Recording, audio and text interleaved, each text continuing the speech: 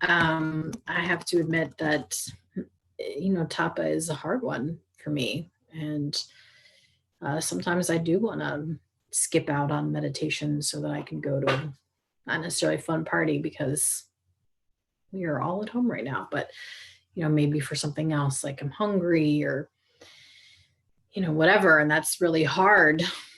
And I feel like this topic is very pertinent if you're watching it live on Sunday, May 10th, which is Mother's Day. Um, Renita just wrote in that tapas or tapa in Sanskrit is heat or fire. Thank you for that. Yeah, it can be hot. It can kind of burn like fire. If you think about putting something in a fire, it gets burned away. There's kind of a sacrifice that happens in that. But I think about tapa in relation to not only mothers for Mother's Day, but also, for parents in general. We see a lot of tapa in terms of the sacrifice that parents give for their children, of spending money on kids or staying in a good district for schools or something like that. And actually, several years ago, I wrote something on my blog, Another World is Probable, which some of you follow along with, and I felt like it would be really appropriate for today. And I said, sacrifice means I love you so much, I'm willing to undergo hardship for you. It's a way of saying, in this moment, I'm placing your needs before my own. That is true love right there. And that's why I choose to sacrifice, because I love the divine and I want to serve the divine expressed in human form. I love the people in my life, so I'm willing to suffer a little bit for their benefit. I also know it's important for me to practice balance with sacrifice, just as with other things. Too much sacrifice means I'm not honoring myself or letting other people express their love for me. And love is the most magical, beautiful, precious gift we can ever give one another.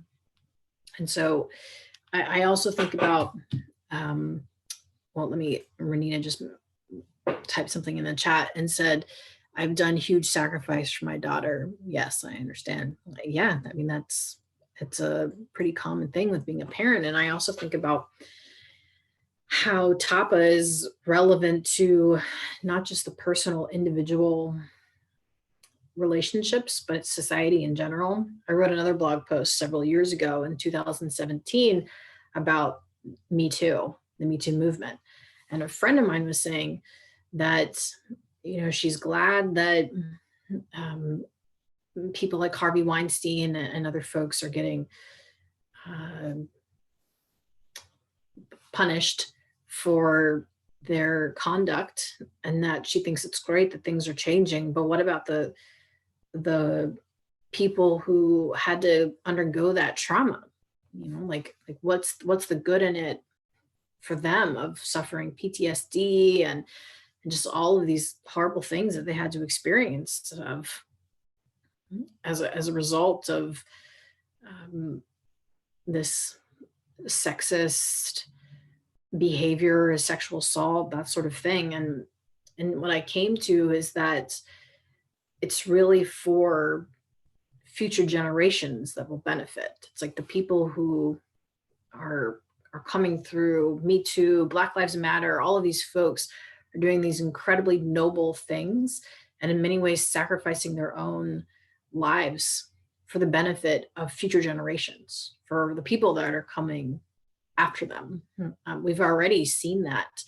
And Renita says, there are still women of color who are not speaking out. And I'm writing on the Yazidis. I don't think I pronounced that properly.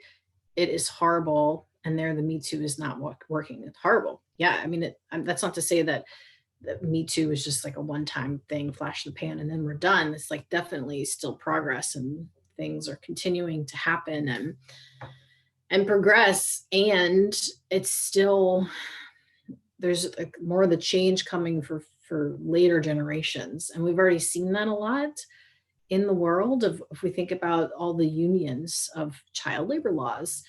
And Renita says that the Yazidis were sex slaves of ISIS and we need more work to go there. Yeah, totally. I hear you.